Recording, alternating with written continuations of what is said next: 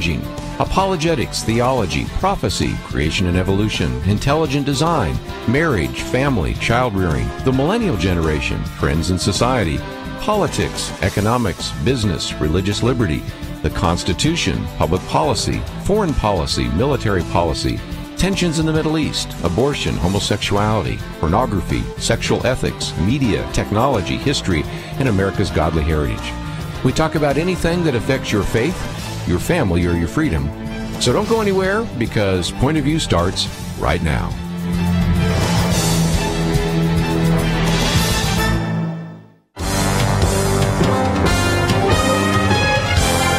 Across America, live, this is Point of View.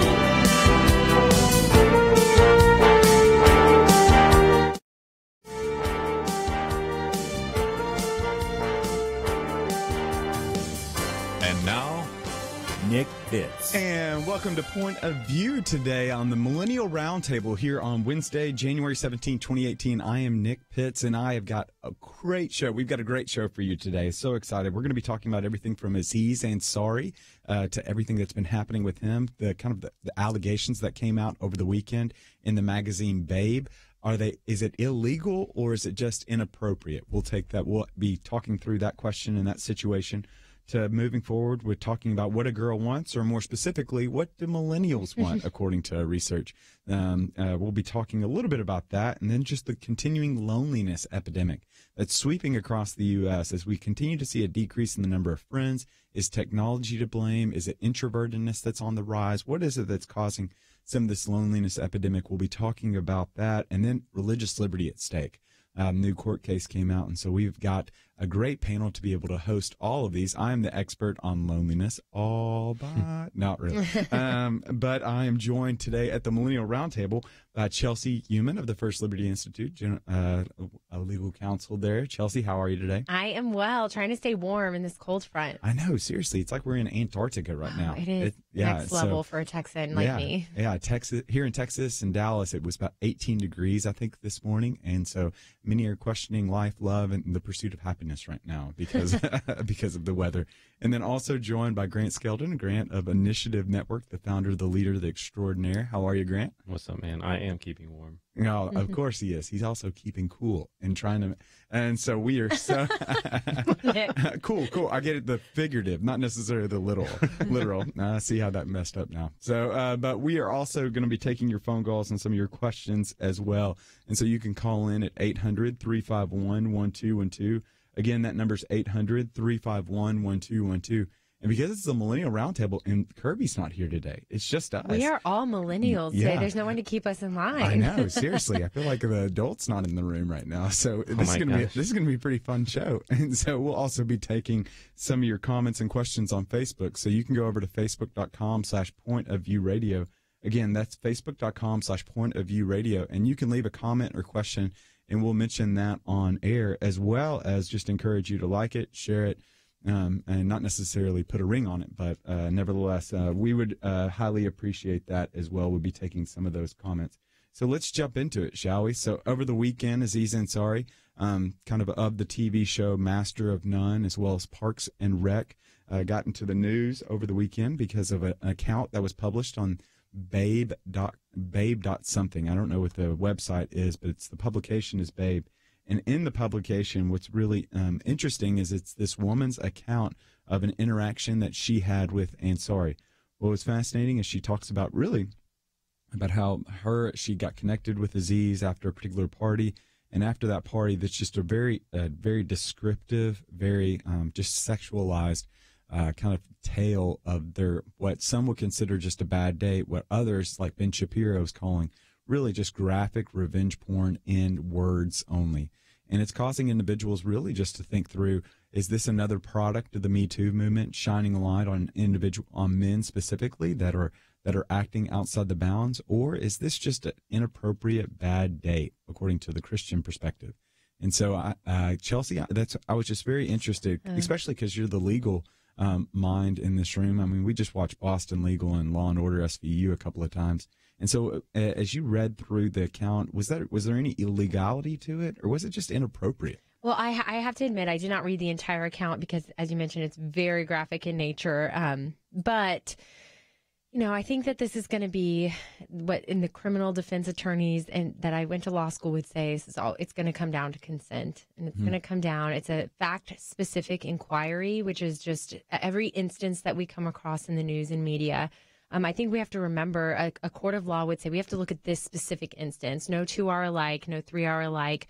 And to not just throw out all of the good that is coming from this movement and the backlash against sexual assault and sexual harassment and even rape that's been a topic of dialogue. That is all very, very good discussion that has to be had for social change to actually occur. And not to just say that there are some instances that there might be a gray area when it comes to consent and that, what one person might find consensual, another didn't. And in this situation, it's really, really hard to decipher because you don't actually know what happened in the room.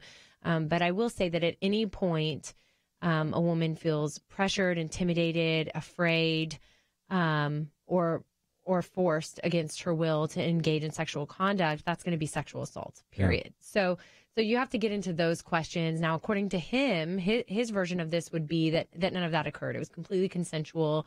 According to him, she gave no indication that it was not a consensual moment. And so, once again, the sexual revolution just really, truly leads to devastation. And we're seeing that in our culture widespread right now. Grant, that was one of the things that I was so kind of impressed with when I read the account, and then I read and Ansari came out with a statement later, just understanding that his behavior was deeply problematic in that.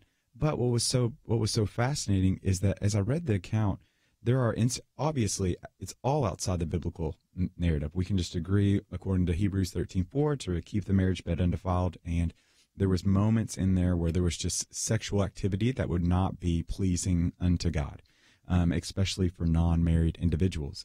But it looked like when she said no, he followed, and when she said yes, he followed again, and so it was just very, I guess, very confusing to me, the whole point of it. And then I kept on thinking, this seems, especially from a millennial standpoint, and I would say that I'm surrounded by some great friends, but this sexualized nature among millennials seems to be very prevalent today. Am I right? Yeah, what it made me think about is a lot of people make fun of millennials for their dating status, kind of like, hey, are you guys together? I just got into a new relationship, which I announced last week on the show.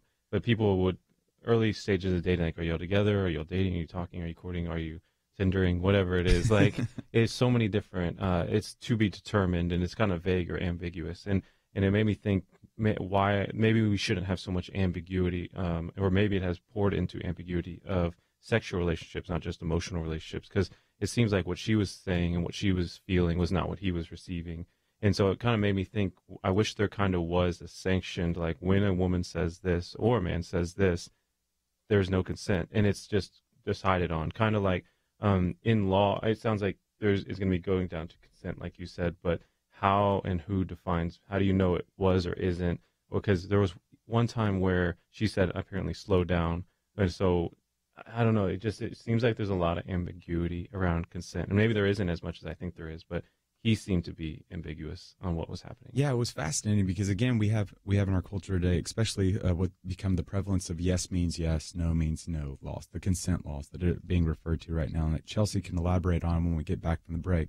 But again, we've turned sex into simply a decision to be made with a one-word answer, where the biblical narrative, it seems to be sex is something it's sacred. And when we've lost the sacredness of sex, we have to delineate between inappropriate and illegal. And I think we're just missing that. So maybe the question isn't necessarily, is it illegal or is it inappropriate? Well, how can we make it sacred again? Which will be a question that we will continue to talk about after the break. But if you want to call in, 800-351-1212, we'd love to hear from you. And we'll be back right after this.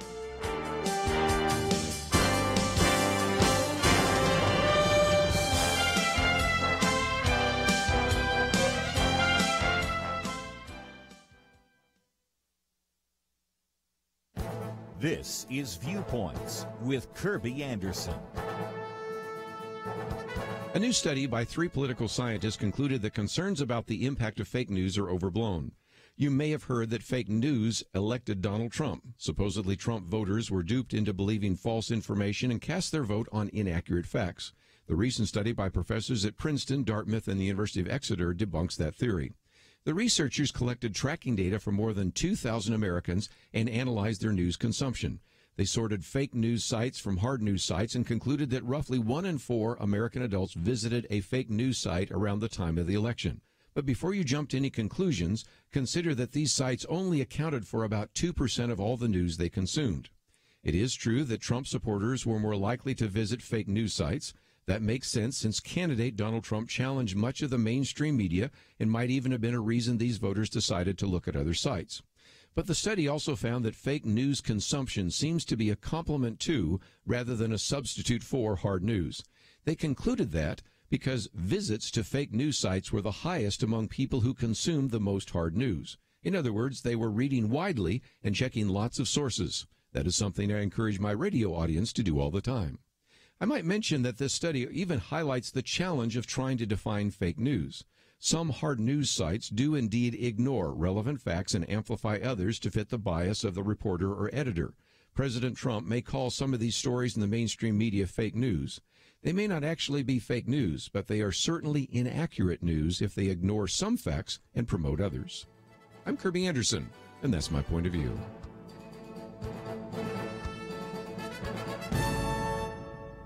For more information about issues covered on Viewpoints, visit pointofview.net. Pointofview.net.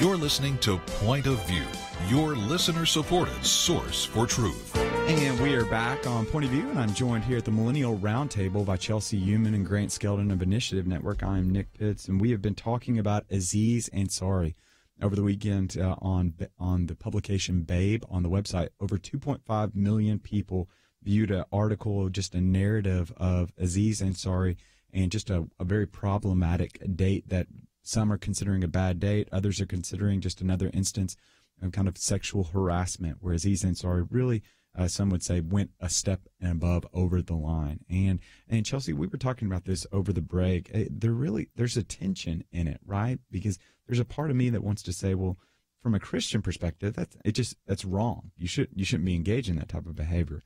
But then from a legal perspective, I don't know. I just feel a tension with the story. Yes, I'm having a tough time with this one. It's not clear cut like the U.S. gymnast physician who has had 130 girls come forward who he molested. I mean, this isn't in that category at all. But that doesn't mean that there weren't aspects of it that were wrong, or it's just so difficult to know how to draw a clear line here in a black and white. Other than the fact that I think the hookup culture leads to devastating results, and that a lack of morality, a lack of high standards in both people towards each other leads towards one maybe perhaps feeling like they can take advantage of someone or have a high expectation of sex on the first date, and the other maybe feeling intimidated and like that's expected of her. I mean, this leads to devastating results for both. It leads to there not being a clear line or boundary in this instance. If one person isn't saying no very clearly, then it does become a question of judgment at the time, and how much did alcohol have a role to play?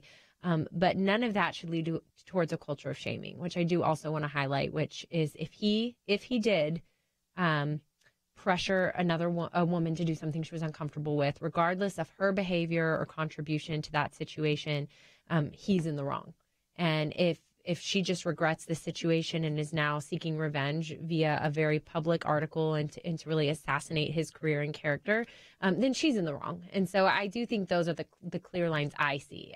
Yeah, and Grant, you were bringing up a really great point, too, that Chelsea has touched on. It's almost as if the Christian standard is just so outside the norm of the world. I think about some of the numbers. So back in 2007, 78% of Americans said they called themselves Christians. That number has dropped to 70% now. Relative to millennials, that number has dropped 10 percentage points. But we've also seen this huge uptick in the religious nuns, individuals that would say that they do not identify with a particular religion. And so the idea of a Christian standard of abstaining until marriage just seems so far-fetched for the world, right? It's just outlandish. And so it's just very problematic, I guess. Yeah, I think when you read Judges, there's that phrase that keeps coming up over and over again, that they did what is right in their own eyes. And when I do think of millennials, I think of a generation that is chooses very relative moral views and what is right and what is wrong. And if you let right and wrong move and shift, I kind of liken it to that book we read with Piggy in it. What is it called? When they're on an island, the kids get sent to an island. Animal Farm. No. It's man, we all failed that class. Yeah. Flies, Lord of the Flies. Lord of the That's Flies. it. Yeah, so they get sent on an island, and it's like these kids have to make the rules of what Yeah. is right and what is Great wrong. point. It's a moving target, and if you choose that, it seems good on the front end, but on the back end, there are a lot of these things that will be in the wake, or as you said, devastation of a hookup culture. Yeah, and Chelsea, you brought up a great point, like the idea that we're giving so much attention to this, what at best is just it's morally wrong what was happening, but is it legally wrong? We're asking those questions right now, and then all the while we haven't heard out of the media, we haven't heard these instances of Simone Biles. We haven't heard of Eliza Dushku that came out and said that when she was 12 years old, that she was harassed and sexually molested by a 30-something-year-old stuntman on the set.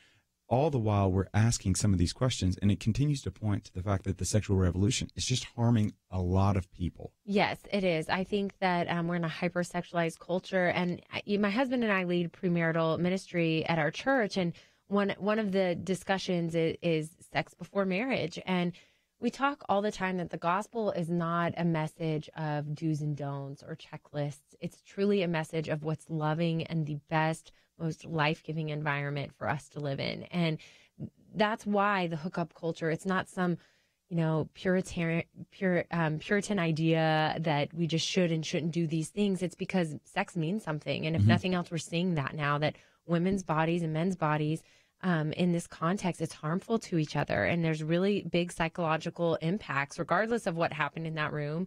She is psychologically impacted by that, as is he. And so just remembering that it's for our own good, I think, in our culture, that we not continue to allow this hookup dating culture to persist.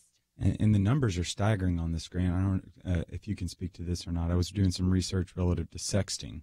So it's the sexting for our listeners is sending sexually explicit messages via text message. And some of the numbers are just staggering. So relative to adults, and so again, some of those adults are going to include married couples, but relative to adults, 81% of Americans would say that they've sent a sexual text message. Relative to individuals under the age of 18, that number is 67%. 67% are using their cell phones to be able to send some of these messages. That really does illuminate just how devaluing we've put on sex, right? Yeah, I think that the way we view, especially I would say the way men view women has not only escalated in a way that is a poor view of women, but it also is a popular, I know this is random, but I remember in R&B music in the 90s, it was at least a lot more trying to like win a girl because you loved her and you cared for her. Well, now I don't know if R&B is really around it that much anymore. It's more just very sexual and very public dismissal of women, and just treating the view of women has just gone down quite a bit. And so with that, I think that just normalizing poor treatment of women or of sex, or the view of being made in the image of God, because yeah, I do hear that from a lot of when people talk about millennial generation. What I've heard from the Z generation, especially middle school, high school, that is not that abnormal. While when we were growing up, that was pretty new, just because the cell phone was even new. So the idea of going and doing that was just a new thing. Now it's not as abnormal. Yeah, so Chelsea, and again, I want to continue to open it up for our listeners as well that want to comment on Facebook, facebook.com/pointofviewradio, or you can go online, or you can call in on the texting machine, 800-351-1212. Again, that number's 800-351-1212. Chelsea, I was doing some research on the beginning of the sexual revolution that really started in the 40s. And what the author was arguing for is that obviously there's that component to kind of the free love movement that was happening and the contraception that was kind of coming forward. But something I didn't even think about was the idea that many individuals came back from the war during the 40s, and then you saw really the popularization, I guess a very large growth in the idea of cars came about, and it gave us the back seat, which is another place that was provided privacy and space, whereas beforehand, you really had to, the woman or the man had to go into a parent's house to be able to get her hand or to go out on a date. But now it opened up a new space of privacy. And I'm thinking about it from a cell phone use now, which is a whole nother level of privacy, quote unquote privacy, that especially millennials have now to be able to they can do good, but all too often really does propagate bad, right? Right. And, we'll talk about this a little bit later, but cell phones contributing to loneliness. We know depression rates are higher. Cell phones, really, we're finding that there's no end to their detriment. It's a huge social experiment gone wrong with an entire young part of our generation. And I didn't have a cell phone until I was 16, and even then I didn't have internet. So, I do think at the older end of the millennial generation, we even had a different experience than younger millennials who had cell phones in the 5th grade and 6th grade, and there's no way that they have the maturity or level to have the entire internet at their disposal without there being some form of censorship for them or ability to help them navigate these very adult issues and topics that are at their fingertips. Yeah, because a part of it too, Grant, there was a community that was built in whenever you were courting someone in a previous generation. But now it really is just a kind of a back and forth, one individual to another, right? Yeah, I mean, I'm just going to keep going back to if we do what is right in our own eyes, for Azari, he did what was right in his eyes, and for the woman, she did what was right in her eyes. But yeah, I never thought of this idea. I would call it unmonitored areas of privacy. It's just there's more and more space for that. I would also say there's more and more freedom to let kids go and do. I hear this all the time. Is like you couldn't not give your kid a cell phone without seemingly being a terrible parent, because they'll constantly say, everyone else at school has a phone. Everyone else has a car. Everyone else gets to go out and stay at their friend's house. So I think we have given a lot more areas they're unmonitored, and maybe there should be a little bit more guidance in that season. And Grant, you're so right. And we'd love to hear from you, hear your point of view. You can call in at 800-351-1212. Again, that number is 800-351-1212. Or you can log on to Facebook, facebook.com/pointofviewradio.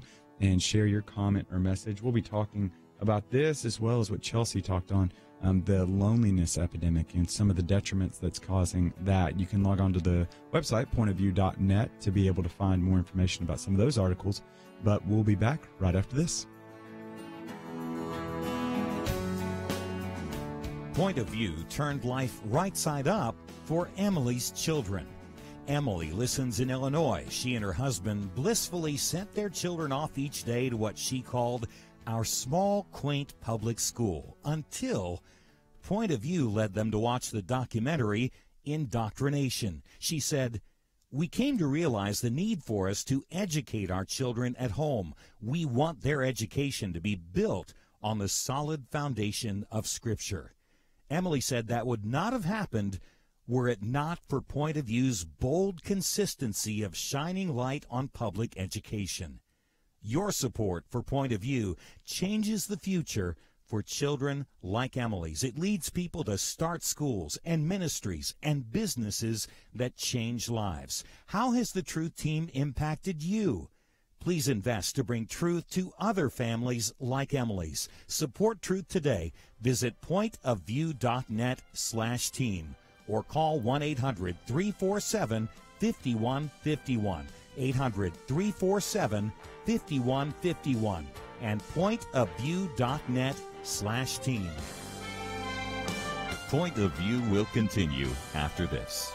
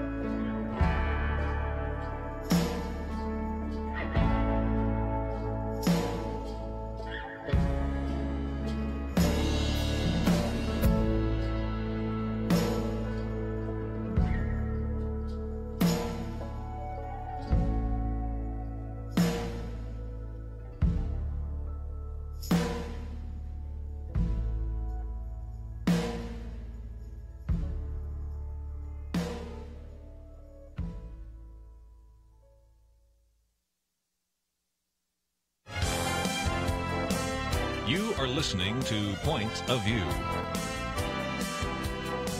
The opinions expressed on Point of View do not necessarily reflect the views of the management or staff of this station. And now, here again is Nick Pitts. And welcome back to Point of View. This is the Wednesday edition Millennial Roundtable on this January 17, 2018 day. I'm joined today by Chelsea Human of the First Liberty Institute and Grant Skeldon of the Initiative Network. And we have been talking about the Aziz Ansari kind of the debacle that happened, that broke. Again, the story broke on Saturday. Many are just trying to figure out, is it just inappropriate behavior that ended up being a really awful date that was filled with regret, or was it illegal behavior that really was just another product of the Me Too movement of men transgressing the limits? And so we've been talking about that. There was just some ambiguity and the idea that at the end of the day, when sex is not sacred, we have to delineate between inappropriate and illegal, because the biblical narrative seems very clear. And we were talking over the break, and it was so fascinating because I'm thinking back to my experience when it comes to dating. Like, there's just and this is going to be weird, but I just have, my parents were very insistent. I'm from Tennessee, and so there was this Southern gentleman that they were trying to shape and mold in me. So certain things such as opening the door, certain things as whenever you're walking down the stairs, you walk down before the lady. Whenever you're walking up the stairs, you're behind. Whenever you're walking along the street, the man walks closest to the street. Should he trip and fall? And man, what a buzzkill that date would be. But nevertheless, there were certain mores and rules. And we were talking about that right over the break, Chelsea. Right. We were talking about this. I jokingly brought up the rules, which many of our listeners may remember from the 90s. It was controversial. Feminists hate it. I think they're hysterical. And I was accidentally raised on a version of the rules. I have a sister, and so it was just the two of us. And my parents were very protective of us as young ladies. And we had rules in our house. One of them was, we don't call boys, they call us. If they like you enough, they'll ask you on a date. And so just raised in a traditional sense of dating where the expectation was that we be pursued, not pursuing, and that we had a cell phone on all of our dates, and that we had a way out or a ride that we could get, that we never went. And we met people often at restaurants. They didn't pick us up so that we would have our own vehicle. There were just some protective parameters as young dating high schoolers that my parents had, curfews and things that I think there was a lot of wisdom to that train of thought, not to be archaic, but there's something to complementarity, we believe, as Christians, and that, men and women can thrive in different roles, and that's okay. And we both have different assets that we've been given by the Lord, and different strengths and weaknesses, and that maybe there is a way to prevent all of these horrific dating scenarios, and that is applying some common sense and some boundaries and some rules and some safety mechanisms, which the article posted online talks about. It talked about how women in the 60s knew to have cap cash in case they needed a separate ride home.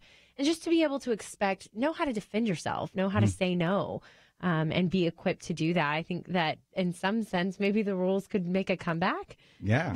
So when we were talking over the break, Grant and I are just kind of going through this list of rules, and there's a part of it that there is a great amount of wisdom to it. They aren't Christian. By the way, I should mention that it's not a Christian author or book. It's just I was wondering secular what wisdom. verse where it was. Yeah, share some of your favorite ones, Grant, because I think these are fascinating. I have never seen this before. Sympathy is stupid, so stop trying to get it. The person who talks the most has the most to lose. There is a reason why liars are lonely. Don't be one in a relationship. So I'm looking at some of my, don't stare at men or talk too much. Always end phone calls first. Some of these are ridiculous and a joke, I'm sure. Relationship ratio should always be him 70% and you 30 to 50%, which mathematically makes sense. Yeah, it's just how that would. I would be 70 and I would be 50. Which is, again, it's just very fascinating. There's just, again, what we know to be true is that there's just wisdom that's been passed down. I mean, even Paul would tell to a young Timothy, right, in 2 Timothy 3:14, to hold true to the traditions and the rules that have been passed down. And even in the beginning of 2 Timothy, Paul would say, thank you to Lois and Eunice for the faith that they deposited in a young Timothy.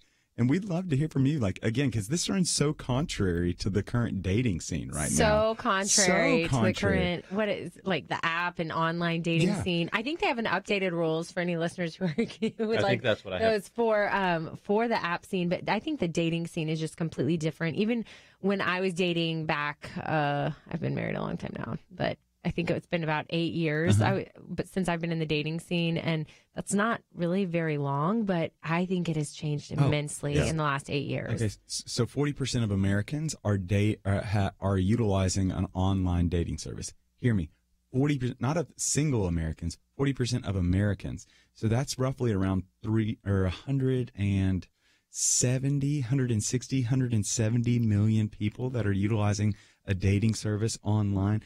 53% said that they have lied on their dating profile, which is just a misperception of who you are to these people. And so, again, it's just a radically different dating scene than what many grew up in. And so we would love to hear from you. If you have a comment or question that you'd like to pose to us, you can go to the website, pointofview.net, and find out more information, or you can go to Facebook, and we'll be sharing some of your comments online. You can go to facebook.com/pointofviewradio. Or you can call in, use the old-fashioned telephone, 800-351-1212. Again, that number's 800-351-1212. And, there's just a certain wisdom. Like, as I'm thinking about the biblical narrative, like, I'm thinking there is a wisdom to that, right? So, like, the idea of the man pursuing. And I think the biblical narrative is pretty replete with just seeing men pursuing after women. There is a difference, though, and I have to say this because we're talking about this in the context that originally started with potential sexual assault allegations. So I don't want to I do want to delineate between what we're talking about there, but the difference between pursuit with dignity and morality and a protectiveness that is innate in men over women. I mean, studies have come out about this, so I can't be accused of being sexist, but, studies have come out that men in battle turn to protect a woman in battle next to them in a way they don't other men next to them. And just pursuit in the correct sense of the form, where it's not for the purpose of sexual satisfaction or selfish ambition, but when it's true, I think, biblical pursuit, in a culture, really, that's countercultural to where we're at now, where the porn culture is completely out of hand, hypersexualized, and I think that pursuit now might mean something different to young men. Yep. I'm afraid of that, but that seems to be where we're leading. Yeah, Grant, I'm reminded of in Genesis 29 where Jacob's pursuing after Rachel, and so to get to Rachel, he has to go through Laban. And to work, Laban being Rachel's dad. And what was so fascinating, and probably a verse that I still am just captivated by, is Genesis 29:20, when Laban says that you're going to have to work for me in order to get to Rachel for 7 years. It says in Genesis 29:20, it says that it says that Jacob worked for Laban for 7 years, and they seemed as nothing because of his love for Rachel. And how much of a need do we have today for that type of pursuit, one, and just that type of family structure too, right? Because we're living in a world today in which there's just not Labans, right? Yeah. I think, I don't know if, did y'all public school, private school? Public. Okay. Weird mix, charter. Okay, all right. I don't know if y'all had this family, but did y'all have the one kid that had the most awesome parents because they let them do everything and have people over? Mm-hmm. And there was at my school, they let people come in. They're like, you can't go and drink at other places, but we'll host you and you can drink at our place. We had this family like that. And I always thought, man, those parents are the coolest parents because they'll just let their kids do whatever and have fun. And my parents are so I got to call in and do all this and that. But as I've gotten older, I started realizing, man, those parents really didn't care what their kids did, and see how the disciplines and the principles that my parents put in place actually did help out a lot. And so I say that to say, I think whenever there are rules, I like to poke fun of it. I think she's brilliant for making it humorous, because if it just straight up said, one of these says, if it just said don't be bossy, or it says literally act like your life is totally fine, then that's what it says, and didn't give a little humor in it, then I would be people don't like rules. People don't they don't hug rules. They run from them. They rebel against them. But I think that in a generation that gets things so instantly and want to be able to do whatever they want, when they see someone that's no, I'm actually disciplined. Even I have these rules that I submit under. It's attractive. It is attractive, especially for a guy. I poke fun at it, but the girls that have rules, I do find myself more attracted to them, and they are mysterious in a way. Yeah, and I even think about it. Even if we try to tie it back to the biblical narrative, we recognize the truth that what John would say about God's commands, like his commands are not burdensome to us. He says in 1 John 2, but rather are for our pleasure and our good. That God has put these rules into place in order that we might flourish and experience the fullness of life. And even more to that, relative to the discipline, like God disciplines those he loves, right? It's this idea that God has a vision for the fullness of life and really wants us to pursue after that. But when we transgress those, the discipline, not punishment, because the punishment was taken upon the cross, but the discipline to put us back into that path is just a beautiful thing, hard thing, but beautiful thing. We would love to hear from you. So we'll continue this conversation after the break, but you can call in 800-351-1212. Again, that number is 800-351-1212, or you can log on to Facebook, facebook.com/pointofviewradio, and leave a comment or question, and we'll get to that on air. But we'll be back right after this.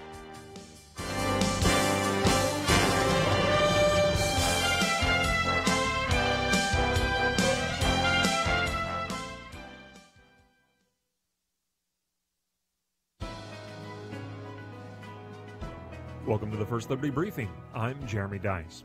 Ed McDaniels was a local pastor in Upshur County, West Virginia. One day he asked the local school superintendent if he could place Bibles on a table in the local public school. He didn't want to hand students anything. He just wanted to set out the material as a resource the students could take if they wanted to.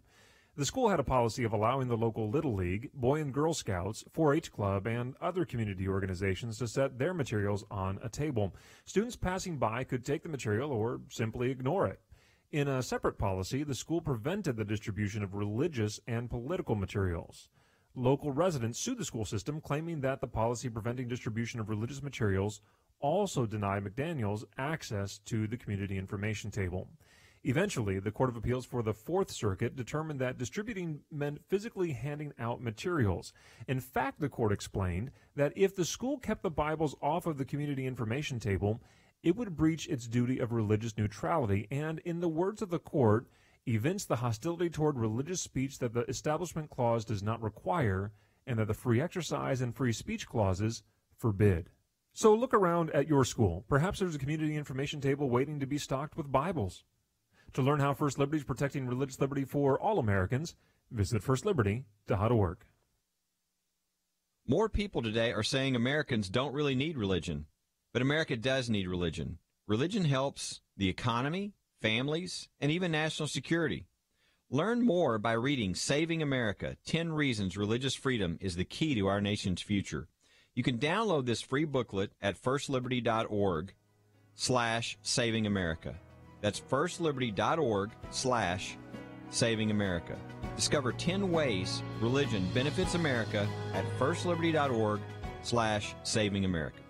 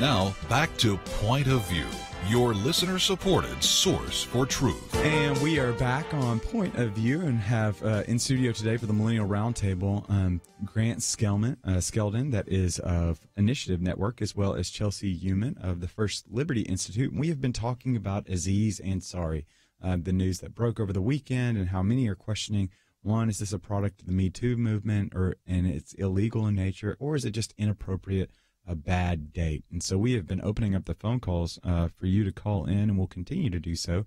That number is 800-351-1212.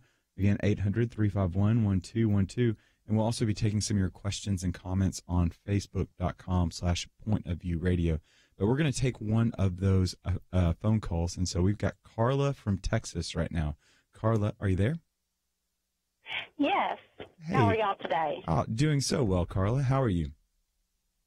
I'm doing great. I want to say, first of all, that I really enjoyed the Millennial Roundtable, and I love the program altogether. I think Kirby is great, and I really appreciate all of y'all, all that y'all do, and the truth that y'all put out. And my comment today is, I never read that, and I don't really want to read what the lady wrote, because it's so explicit. But from everything I heard, there was none of her saying no. And I just think in 2018 that women know how to say no or to leave. I feel my heart breaks for her. I guess to me it seems like she just feels very, I don't know, maybe dirty for what happened, or she regrets it, but I don't know. It just kind of, I don't know. It's just sad to me that she would come and say all of that when there was no or leaving. Yeah, you bring up a great point, Carla, because that was one of the points that individuals are making right now, is the sense that when Aziz Ansari, throughout the whole article, and it's about 3,000 words, and so it's a pretty lengthy, long-form read, when the lady said no, Aziz Ansari obeyed. He heeded her request, and he stopped at whatever he was doing. And then when she said yes, when she said yes, she would do something, she did it. And then the point was that even afterwards, when she sent the text message to him following, she says, I regret what happened last night. And even he said it was problematic, it was a problem. But really, what many are arguing is that it wasn't anything illegal. It was inappropriate from a Christian perspective, but it wasn't illegal. And it was also just, again, to touch on what you've been talking about repeatedly, Chelsea, this is just a result of the hookup culture. When individuals are exceeding God's bounds for what's appropriate and pleasing in His sight, of course, you're the Father, the one who abounds in joy and has come to give us joy complete. Whenever we disobey His commands and rules, there is a sense that we lose a little bit of that joy that He's given, right? Absolutely. I mean, absolutely, that this situation, there was nothing life-giving for either of them about this situation. Mm-hmm. And once he got her text that she regretted it, he said he was immediately concerned. Mm-hmm. That was and as he should be. I mean, if he should, as any human, feel bad if they put each other in an uncomfortable situation. But I, like our caller is mentioning, I wish that she had felt confident enough to say no. I wish she felt equipped to set those boundaries, as any woman walking into a date should be willing to do with a stranger. It's just be willing to be strong about those issues, and to have backup plans, have a friend on call that you can call should you need one. And there are just some prudent things here that I think would help prevent so many women from these really uncomfortable situations. Yeah. And so I'll be interested to hear, and I'll let you guys think about this for a second. What are some of those things that you could tell our listeners to try to help them, one, potentially with their children relative to the new dating scene that we're entering into, or two, what are some of those measures that you take yourself? And the first thing that I've always been so impressed with relative to my brother is, my brother, I've got the most perfect niece in the entire world. I just want you all to know that. She is 3 years old, about to turn 4 in a couple of days. She is by far the epitome of perfection. So I just need you to know that. But what my brother has been doing is he wants to model the type of man that he wants his little girl to marry. And so it really starts with the father is what he would recommend. And he really has been trying to love and trying to serve and cherish and lavish his wife with love, so that little Eva grows up in a household and understands this is what a husband looks like, and this is how a husband acts. And then when I think about relative to the dating scene, again, this kind of goes back to just my own perspective, Grant, of the idea chivalry is not dead, but I don't want to be a knight in shining armor, because a knight in shining armor proves he hasn't been to battle, right? Like I want to be beat up because I've been an individual, and my goal isn't necessarily to find a girl, but my goal is to extend His kingdom come and His will be done on earth as is in heaven. And as I'm making that pursuit, if there just happens to be a girl that's just in vigorous pursuit of that same goal, we might be able to catch eyes with one another. And then it's the beautiful opportunity that I have in those moments to be able to not necessarily treat her how I want to be treated, but treat her how she wants to be treated, which requires me to do a little more listening and a little less talking. You have anything you'd like to add? Yeah, I think, and again, this is more for fathers of, let's say, a daughter. When you said, what are some things to maybe do in dating culture? I found that the norm, and maybe it's Texas where guns and all that is really cool, but like there's this idea of your daughter's dating someone and there's a man that comes over and you like want to intimidate the mess out of him, just scare him. And that is a tactic, but I don't know if that actually is the best tactic. I think there needs to be, I don't want to say the fear of God, but the fear that you are caring about your daughter and what happens to her. But I think of what changes people's posture and their heart and their actual motives when you're there or not.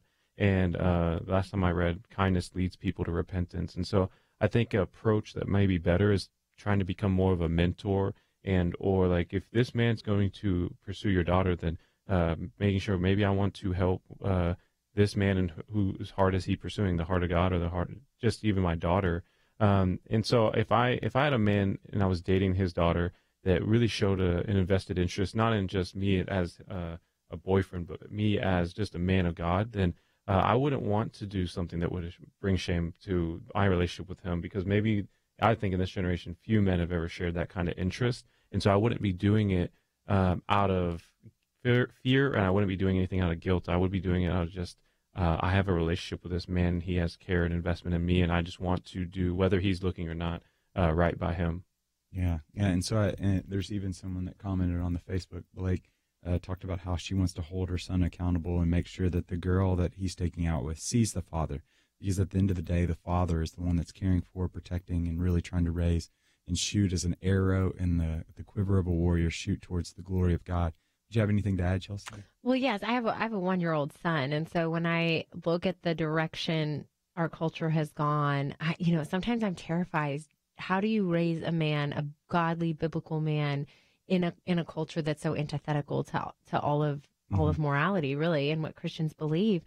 But at the end of the day, just prayerfully raising him up to know that he is a protector of women and a servant of all instead of a user of women. I think that's a mentality that, the Bible talks about, that sin left unchecked, leads to death, and that this hypersexualized culture we're in, the porn culture we're in, the hookup culture, it's all manifests out of the same root sin, which is lust and selfishness. And that left unchecked, we're seeing there's a lot of detrimental impacts of that. And so that's really the root. And I think that a lot of times in the news, what we're seeing or the coverage of this is going to be about the incidents that happen. And I think there's a broader point to be made about the root of this is sin left unchecked in men's hearts and sometimes women's hearts.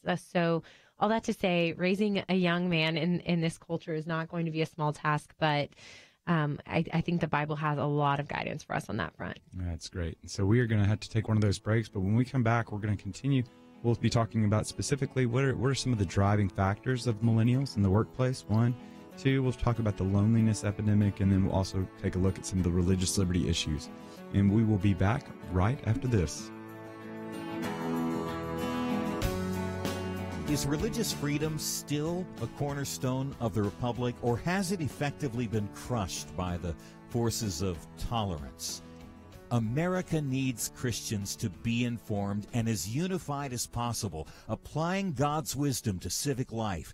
Point of View can be a key part of a successful mission. I believe in America. I believe God wants His best for us. We can face whatever the world throws at us as long as we stand together. If you have not signed on, please do it now. Support Point of View Radio today at pointofview.net. Set up your monthly gift by clicking the Truth Team 360 picture and then carefully follow the directions. Pointofview.net. By phone, you can give at 1-800-347-5151.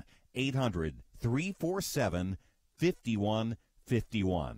Or mail that first donation to Point of View, Box 30, Dallas, Texas 75221. Box 30, Dallas 75221. Or call us 800-347-5151. Point of View will continue after this.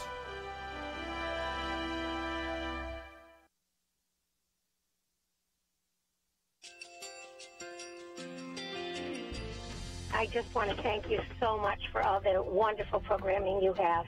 You're just absolutely fantastic. I recently started listening to Point of View, and I really found it interesting because of the different subjects you cover. Thank you for that. I really appreciate everything that you do in keeping us informed. Thank you, Kirby, for everything that you have been doing. I appreciate all the work that you're doing, advocating for the Word of God. Thank you so much. Point of View, I think, is absolutely necessary because it's a Christian perspective, a biblical worldview perspective, and receive very current, up-to-date information about what is really going on, week to week in our culture, which is changing so rapidly, and yet it's morally sliding backwards. Yeah, I'm just, first of all, I thank you guys. Y'all's program is wonderful, and enjoy it every day. I learn so much every time I listen to it. Point of View Radio Talk Show.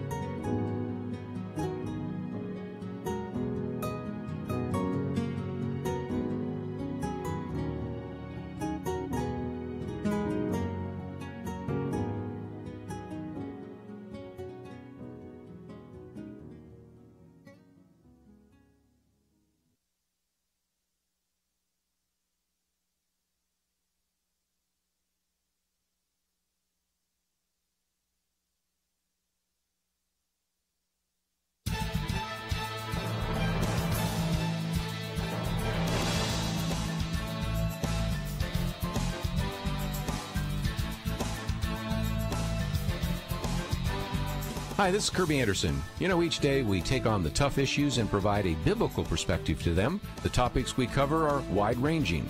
Apologetics, theology, prophecy, creation and evolution, intelligent design, marriage, family, child-rearing, the millennial generation, trends in society, politics, economics, business, religious liberty, the Constitution, public policy, foreign policy, military policy, tensions in the Middle East, abortion, homosexuality, pornography, sexual ethics, media, technology, history, and America's godly heritage. We talk about anything that affects your faith, your family, or your freedom. So don't go anywhere, because Point of View continues right now.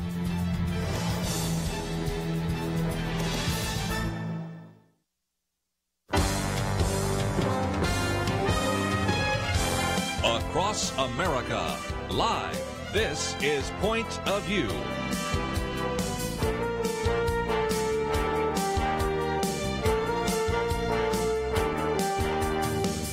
And now, Nick Pitts. And welcome back to Point of View for the second hour of the show. I am your host, Nick Pitts, and I'm so grateful that you're here. Chelsea, you're also here. How are you today? Let me cough. I am also here. Yes, I'm great today. How about you? So good. That little coughing spell was not good. That was unanticipated. Just for our listening audience, just so you know, that music that you hear, I always like to dance to it a little bit while I'm squirming my chair. Apparently, it got my throat a little bit. So this is your second hour of Point of View, and I am your coughing host, Nick Pitts, and I am joined by Chelsea Human of the First Liberty Institute, as well as Grant Skeldon of Initiative Network. Grant, what's up, guys? So good to have Grant and Chelsea here with us today. And during the first hour, to catch you up, we talked about everything about Aziz Ansari, and really just emblematic of kind of our dating culture today. And so, as we were talking, Aziz is really kind of under the gun right now, really under the microscope, I guess you could say, because of some of the allegations that came out about him over the weekend. And we've talked about, is it illegal or is it just inappropriate? And then we kind of pivoted from that just to talk about millennial dating life and how increasingly it's very difficult to be able to live and move in the dating world, specifically as a Christian, especially when a lot of the social mores are continuing to erode. We talked about that during the first hour, and here in the second hour, we've got I'm really excited to talk about some of these things, the loneliness epidemic, not only the negative effects of it, but also the increasing pervasiveness of it from sea to shining she here in the U.S., as well as religious liberty. We'll be talking about that as well. And so we're going to jump over to loneliness right now. And so, Grant, there's an interesting article in the National Review that was talking about the pervasiveness of loneliness here in the U.S. and some of the negative detriments. You can find that article on the Point of View website, pointofview.net. And what's really fascinating, Grant, is, again, some of the things that were pointing out to me is what we continue to see is loneliness is a major risk factor for depression, suicide, cognitive decline.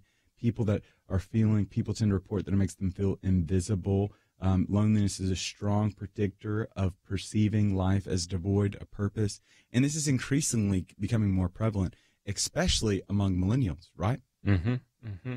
So, okay, I have this theory, and I do not know what the results will be. I think the Z generation will get to see the results a lot more, but I think that everyone talks about millennials, usually negatively, but I haven't heard as much talk about this idea that us getting married later has so much impact on the future, in the sense that I just think that you're selfish until you get married, and you kind of have warranted selfishness because you cannot care about something to the level of marriage or a kid until you are married or have a kid.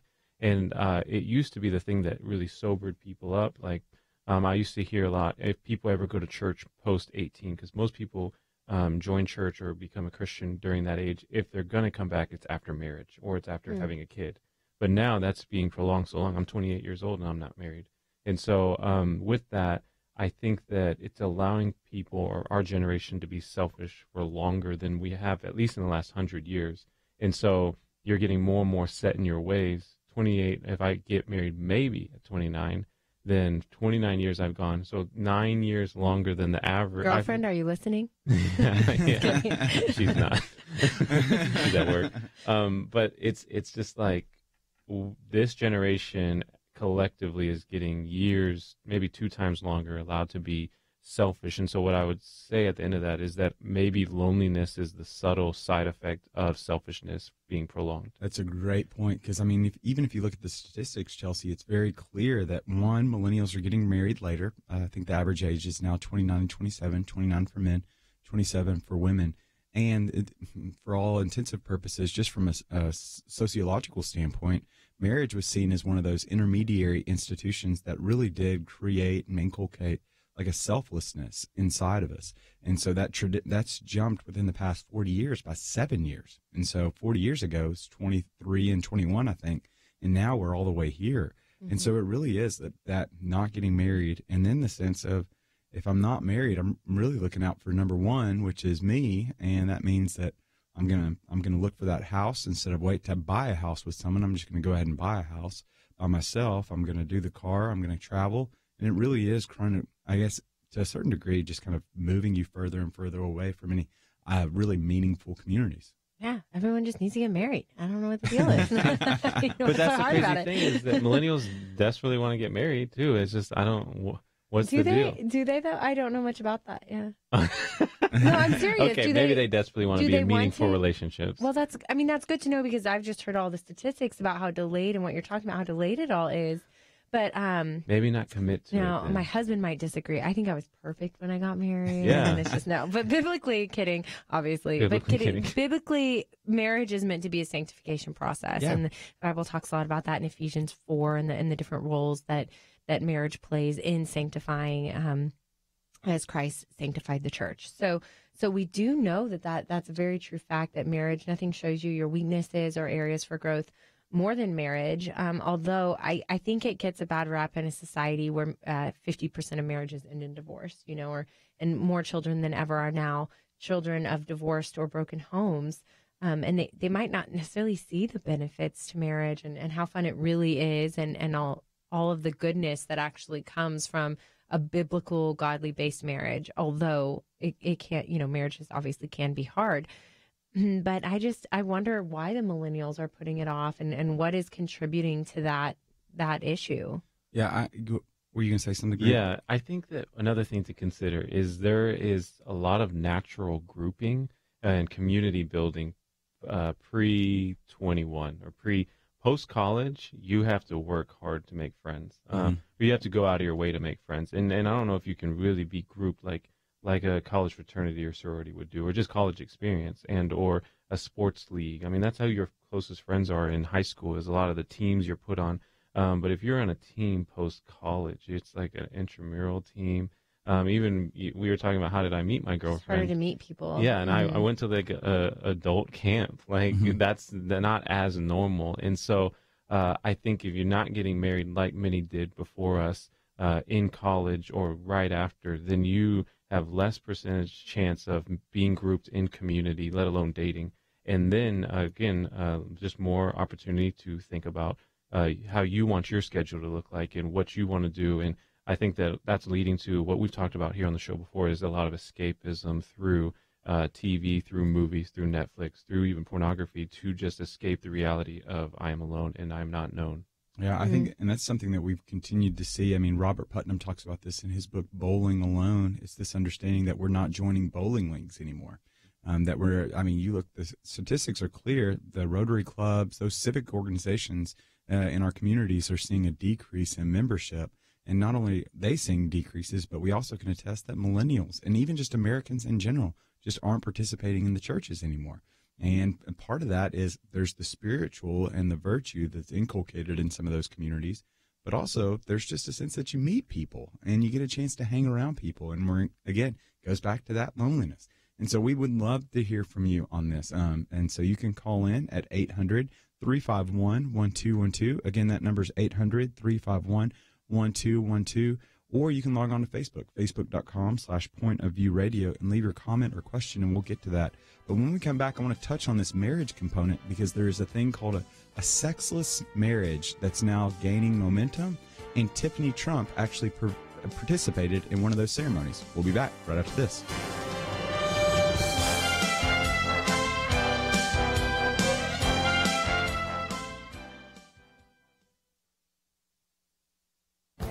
This This is Viewpoints with Kirby Anderson.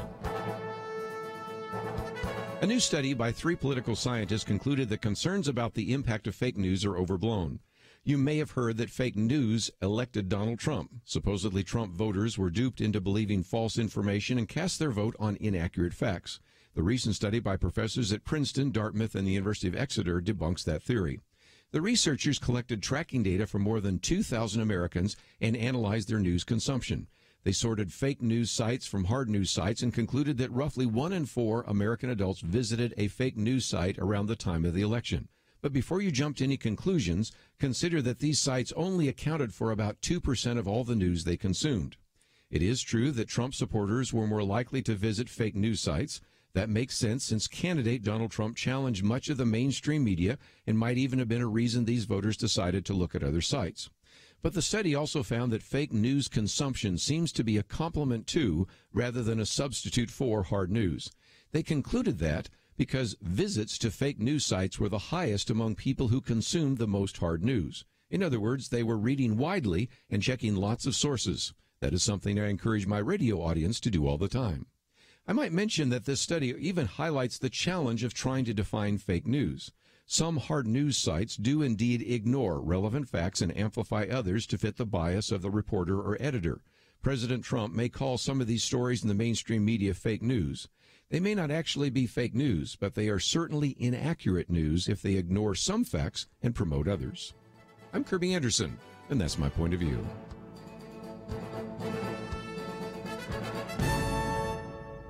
For more information about issues covered on Viewpoints, visit pointofview.net. Pointofview.net.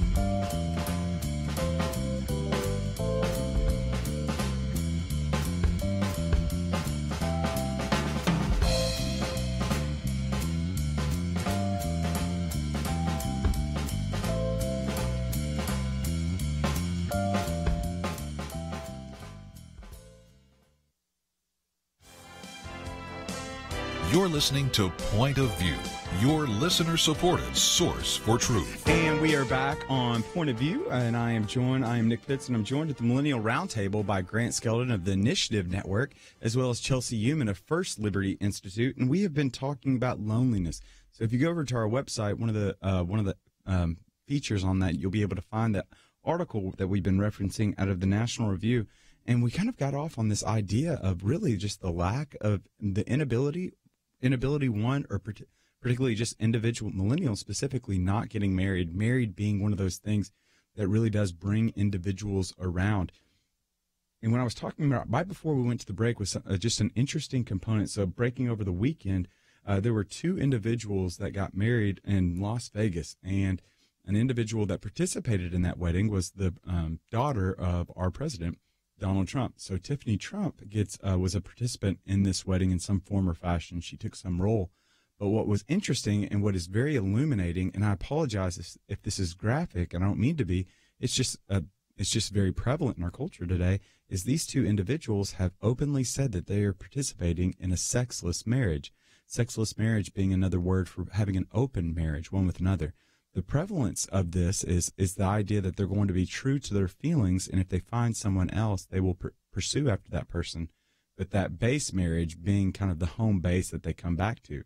Now, the reason why I say it's prevalent is I think very telling for us today, and that's really a significant driver of why I'm mentioning this. One study estimates that 15 to 20% of couples are in these type of sexless marriages, these open marriages.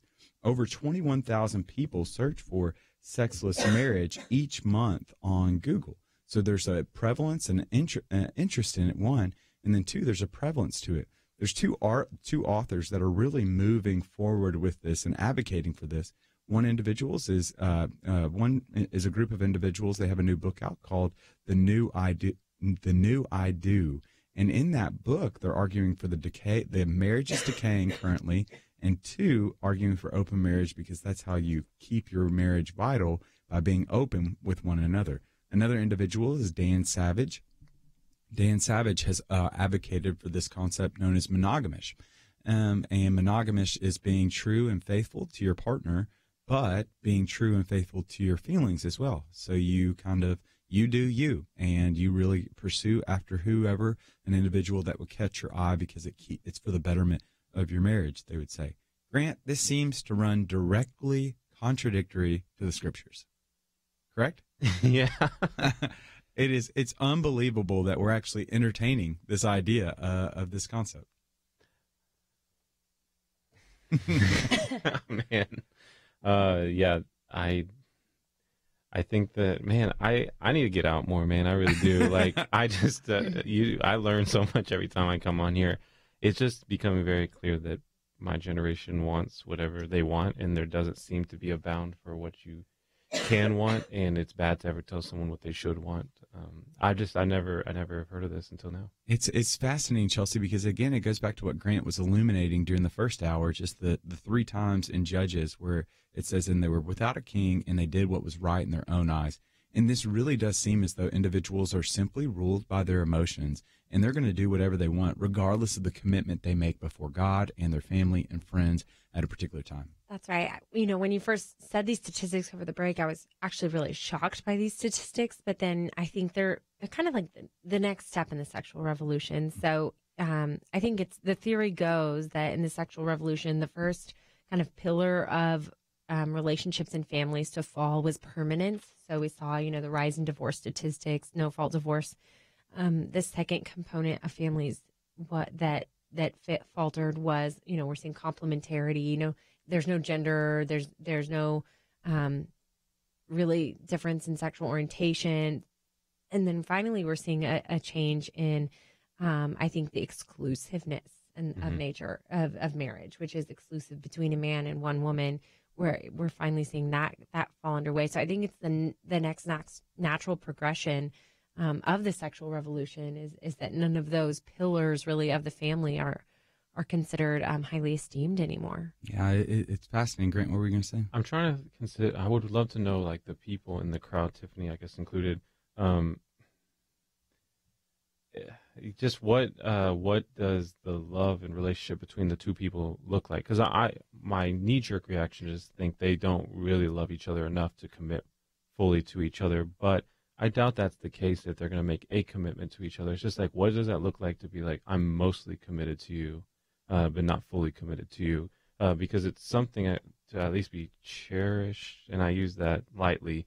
In the sense of let's have a wedding to commemorate this relationship. Because implicit within commitment is a permanence, right? And so it's a willingness to forsake all others part, willingness even to forsake myself, which is just striking to me because again, whenever you look at the biblical narrative, the love always prefers deep to wide. It's a sense that in marriage you're forsaking all others, so you're forsaking, in our instance, the 7 billion other people in the world for that particular one person, to know them deeply, to lavish them with love, to wash them in the word that's water, this sense of wanting to really dedicate your life to serving them, to loving them, to really sitting in the classroom of your spouse and learning from them and trying to position them in such a way that they might be able to thrive. But here in this monogamish, it seems as though it's really just an outwork of a selfish mentality, right? That I'm still reigning, I'm still ruling, I'm still looking out for me being number one. And then in turn, the other person's just kind of dragged along to my whims, right? Right. I think it's at first, it doesn't lend dignity towards the other individual in that circumstance. It doesn't lend respect, but also it's a failure to give up what's convenient in the here and now for something much, much better in the future. I mean, if you think of the traditional ideal of marriage, which is lifelong love, exclusively with that one other individual, complete, full, devoted monogamy. I mean, that's a really beautiful concept, and it requires like you said, forsaking others and forsaking self and sanctification. Yeah, and so we're going to continue taking phone calls, so we'd love to hear from you, 800-351-1212. Again, that number is 800-351-1212. And you can also get over on the Facebook page, facebook.com/pointofviewradio, and we'll be sharing some of your comments and questions as well on that. And so we're going to jump over to Georgia. We've got Tanner in Georgia. Tanner, are you there? I'm right here. And my comment was really my experience so far working with millennials, I'm in my 50s, is there's three things driving both their behavior and their worldview. Number one, most of them have already come from a family or have personally experienced divorce and the destruction of a marriage, which leaves them with the view that the institution is just in itself broken and unsustainable from where their experience tells them. The other side that they see is that there's no continuity within jobs or other social institutions people used to count on. There's a low trust level for the government and legislative bodies as well as the police. So their view is I'm one man or woman and I've got to just look after me because there's really nothing I can depend upon within society. And then they also tend to look at things through the view of they want to believe they're making a difference, but most of the time they're not going to do that if it requires a lifelong commitment to making a difference. They want to get into something, see real results soon, that what they did to help the homeless or to help people who are struggling with addiction, because I've seen them be very caring as well, but they don't want any long-term commitment to that. And I think it goes back to what one of your commenters said earlier is there's just an enhanced focus on self. And so many times working with people in our church and so on who are of this age, I try and point out to them that the struggle is always against the self because the self is only going to satisfy you. It's not really going to be motivated to satisfy others.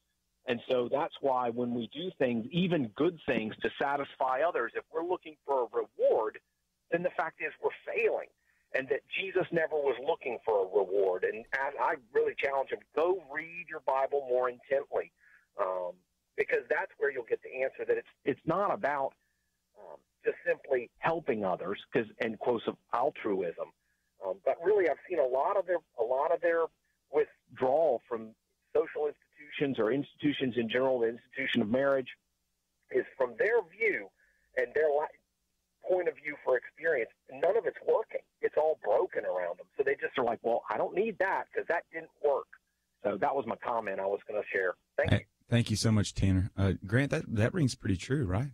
Yeah, I think that there is this idea that millennials are activists, but I don't actually agree fully with that. I think that there's actually a term that millennials are actually slacktivists, and so that they want to make a difference, but they want to make it at the convenience of their home, which has created a type of awareness heavy generation where we do causes and awareness heavy.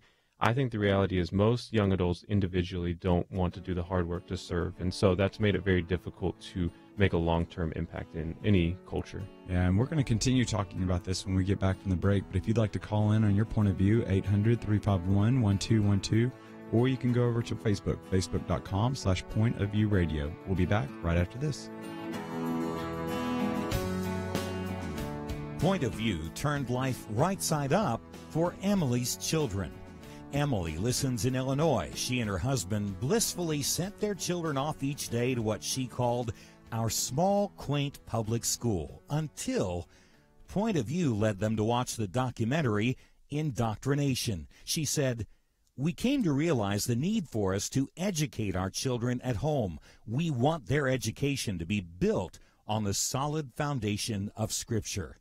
Emily said that would not have happened were it not for Point of View's bold consistency of shining light on public education. Your support for Point of View changes the future for children like Emily's. It leads people to start schools and ministries and businesses that change lives. How has the Truth Team impacted you? Please invest to bring truth to other families like Emily's. Support Truth today. Visit pointofview.net/team or call 1-800-347-5151. 800-347-5151 and pointofview.net/team. Point of View will continue after this.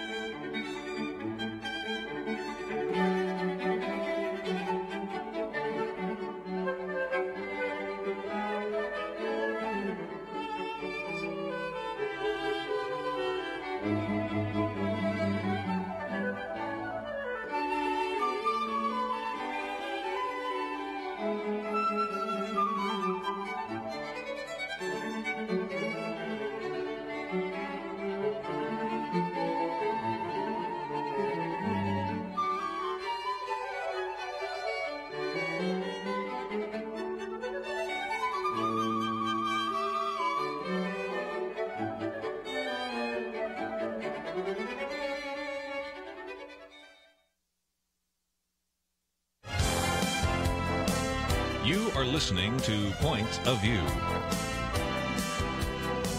The opinions expressed on Point of View do not necessarily reflect the views of the management or staff of this station. And now, here again is Nick Pitts. And I am Nick Pitts, and welcome back to Point of View. This is the Millennial Roundtable edition of Point of View, and we've got Chelsea Human here in studio of the First Liberty Institute, as well as Grant Skeldon of the Initiative Network. And we have been talking about loneliness, and then it really shifted, talking about millennials specifically, really just this isolation perspective. But also, Grant, there's just this huge desire within millennials to really want to impact change and leverage their kind of influence to be able to enact change, but it doesn't necessarily always translate well. Yeah, so I do believe that millennials have a huge propensity towards activism, but I think it's off to say that millennials are activists themselves. There's a term that's come up kind of saying that millennials are slacktivists, which is convenient activism from the safety of your home or your computer, which I think has really led to our generation kind of being faulted with being awareness raising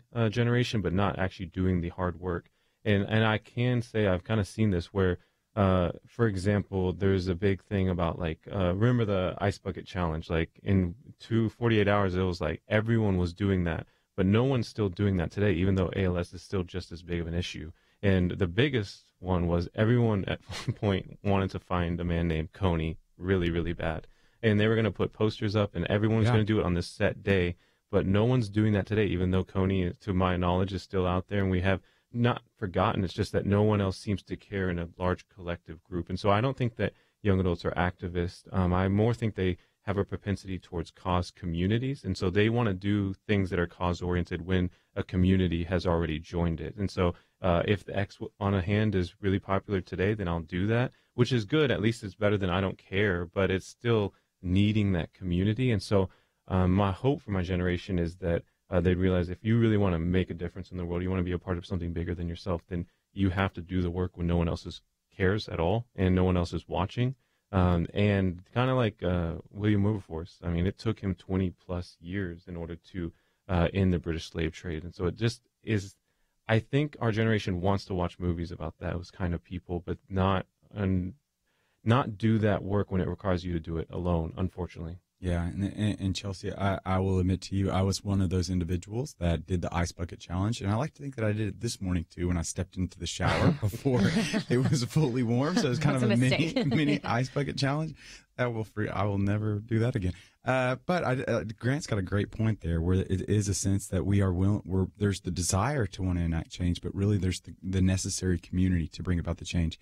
And what not a great avenue, like for instance, with churches, right? Churches are one of the greatest cause incubators in our country today to really enact change relative to some social means or enact change relative to spiritual means.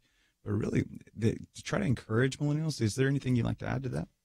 Well, I sit back and just listen to Grant and feel like I learned so much. So I'm really glad you're here to help explain so much of the mentality that I've seen. Like I've perceived a sense of laziness about the activism, and that's not to be derogatory. It's just, kind of an ADD culture and a culture that's always swiping, through social media and just a very, very busy on to the next thing culture. And I think of real movements that really enacted societal change.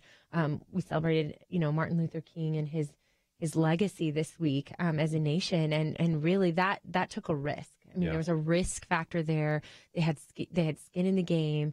When they marched with him, there was so much to lose, and there was so much against them. And I really hope that we can really turn this around in our country and become a very brave and courageous country on these issues.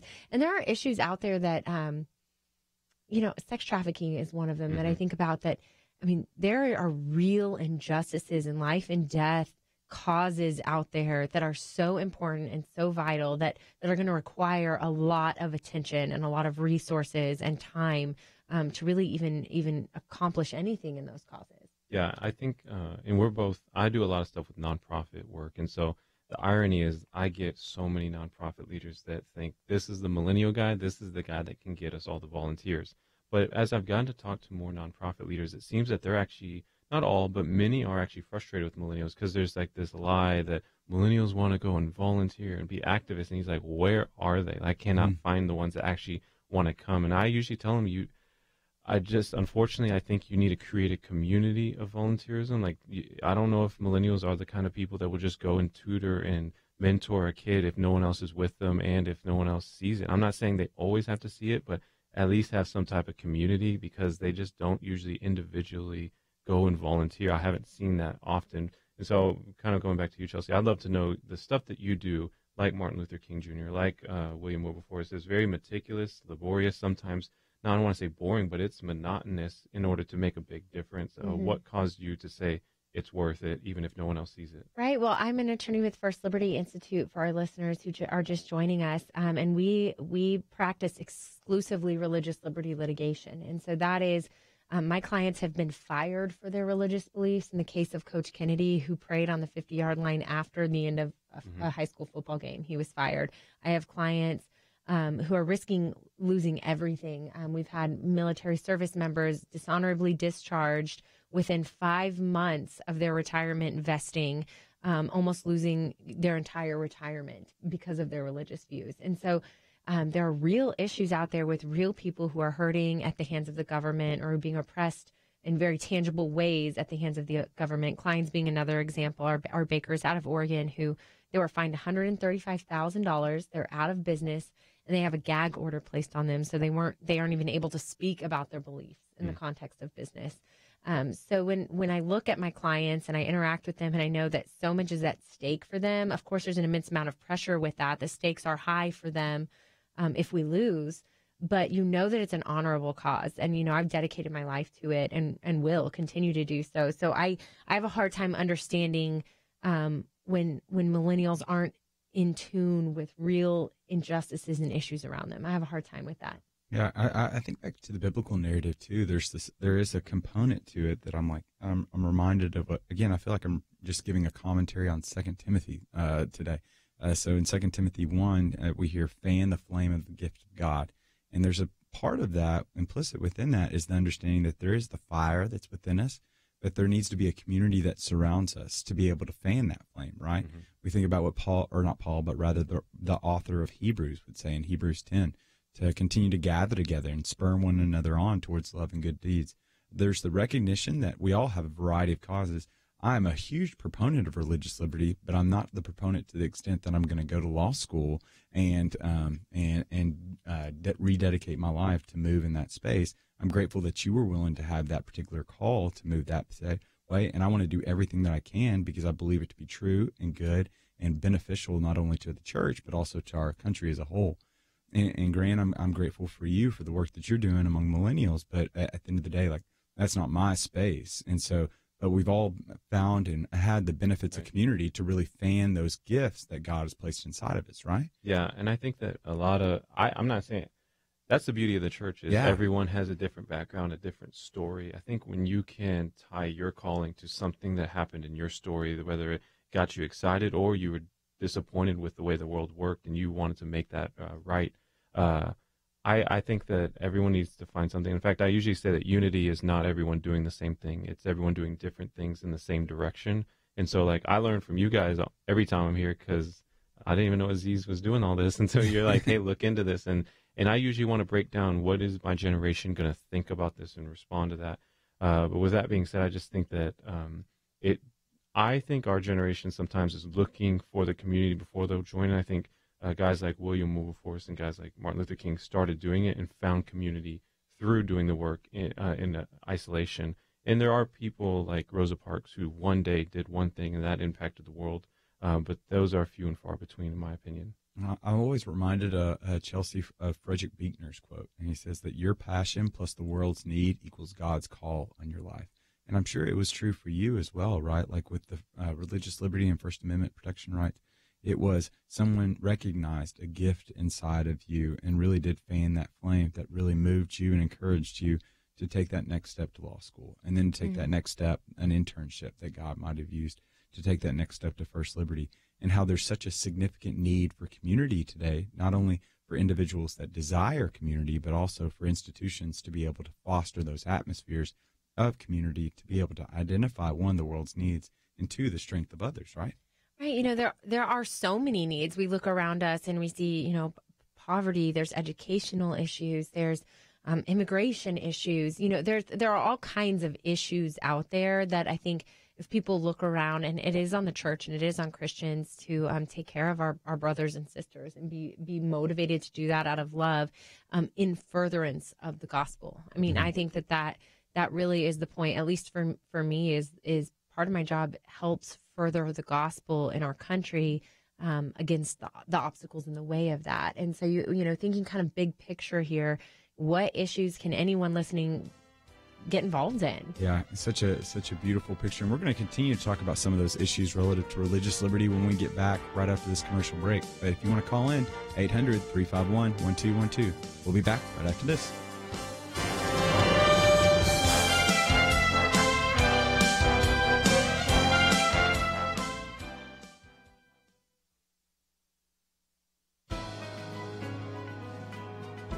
Welcome to the First Liberty Briefing. I'm Jeremy Dice. Ed McDaniels was a local pastor in Upshur County, West Virginia. One day he asked the local school superintendent if he could place Bibles on a table in the local public school. He didn't want to hand students anything. He just wanted to set out the material as a resource the students could take if they wanted to. The school had a policy of allowing the local Little League, Boy and Girl Scouts, 4-H Club, and other community organizations to set their materials on a table. Students passing by could take the material or simply ignore it. In a separate policy, the school prevented the distribution of religious and political materials. Local residents sued the school system, claiming that the policy preventing distribution of religious materials also denied McDaniels access to the community information table. Eventually, the Court of Appeals for the Fourth Circuit determined that distributing meant physically handing out materials. In fact, the court explained that if the school kept the Bibles off of the community information table, it would breach its duty of religious neutrality and, in the words of the court, evince the hostility toward religious speech that the Establishment Clause does not require and that the free exercise and free speech clauses forbid. So look around at your school. Perhaps there's a community information table waiting to be stocked with Bibles. To learn how First Liberty is protecting religious liberty for all Americans, visit firstliberty.org. More people today are saying Americans don't really need religion, but America does need religion. Religion helps the economy, families, and even national security. Learn more by reading Saving America, 10 Reasons Religious Freedom is the Key to Our Nation's Future. You can download this free booklet at firstliberty.org/Saving America. That's firstliberty.org/Saving America. Discover 10 ways religion benefits America at firstliberty.org/Saving America.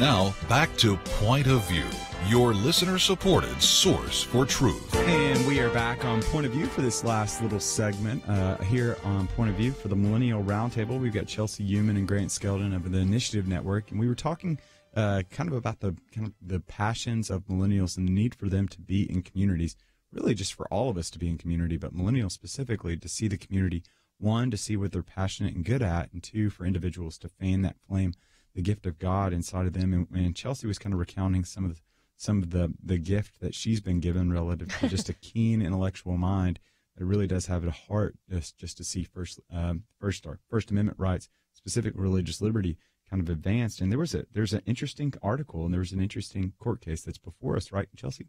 Yes, Nifla versus Becerra, if I'm saying it correctly, which Okay. I might not be. I have terrible accents, but it is a Supreme Court case. I think it is next to the Baker case out of Masterpiece Cake Shop out of Oregon. It is the other. Not only is it probably religious liberty, but First Amendment issues, a free speech issue before the Supreme Court. And it's one that everyone in the whole country needs to be made aware of and be looking into, because the state of California passed a statute that requires pro-life pregnancy resource centers to put up a sign in their parking lot that said that they will refer to an abortion clinic, a state-provided abortion clinic, provide the number to that abortion clinic, and they also have to put up a sign that says they're not real medical practitioners, which in a lot of cases isn't even true. So that's what we call compelled speech. And then First Liberty Institute, we filed an amicus brief yesterday on behalf of 23 professors in the country who we all argue say that, this type of compelled speech is most egregious in our nation's history and is most dangerous when it's viewpoint discrimination.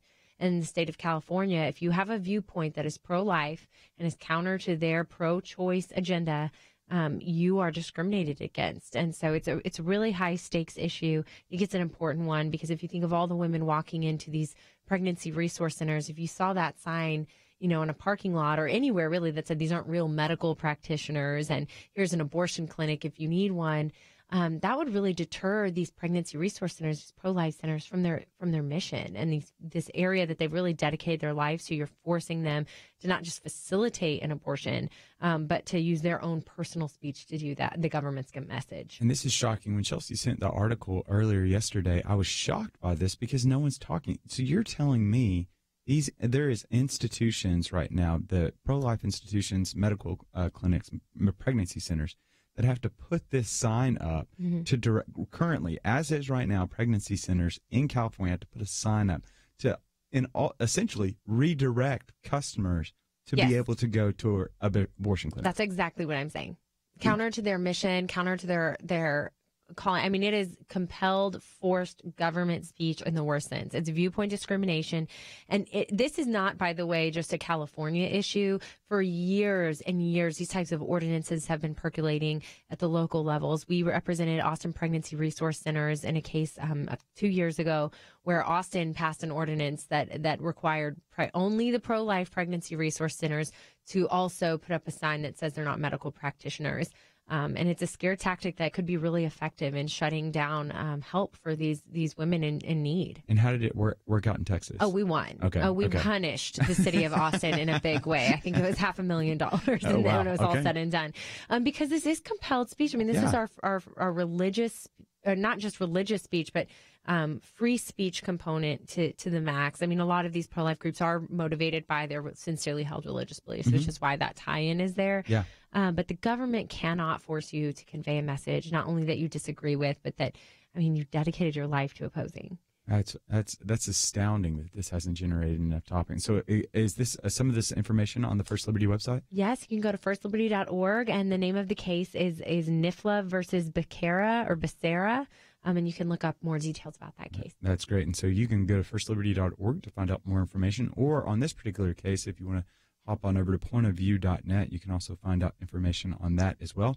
And we'll be continuing to take your phone calls for this last little stretch. We've got the number is 800-351-1212. Again, that number is 800-351-1212. Or you can go to Facebook, facebook.com/pointofviewradio.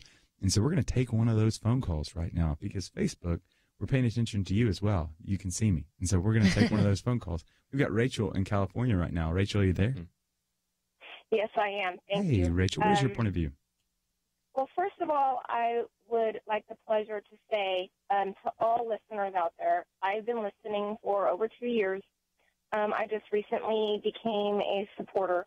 So I'm a proud supporter of not only Point of View, but my local radio station. And so I would just encourage everyone who listens to the this radio station and to your specific broadcast, because it has been so influential for me, and I refer people to it because you put out such great information, and it's so thought-invoking and conversation-stimulating. It's great. So thank you so much, and I'll continue to support you guys. But what I wanted to say is I wanted to read a couple scriptures and have you guys comment on it.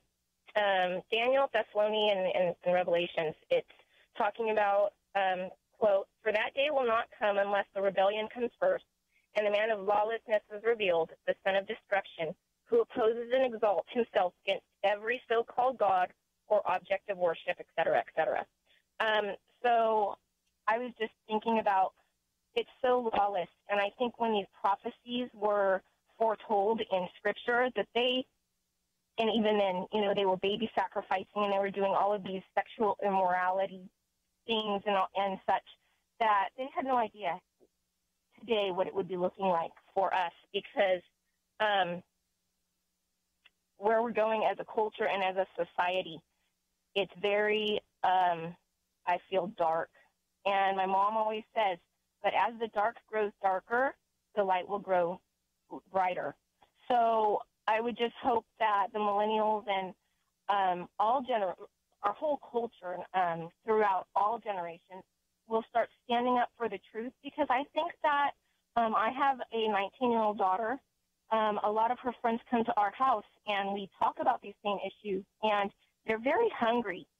They do want to stand on something, but they want it to be a strong foundation, as the scripture talks about, and to be able to have these discussions, and they know that it's a strong grounding for them, that they know that they can go to scripture because it's truth. Because I think they're very truth hungry, and so I try and put that out there, and definitely have my daughter, you know, be speaking truth into their lives, because that's what they're looking for. And the more that we get that out, I think that the revolution will come in our culture against these evil forces and against the darkness, and hopefully we'll be able to split that. But a question is, do you think that this is in any way, shape, or form with the stripping of the marriages and this nonsense that you guys just talked about, and abortions, that it could be leading to the left agenda? And they talk about, I know some about the Georgia Guidestones,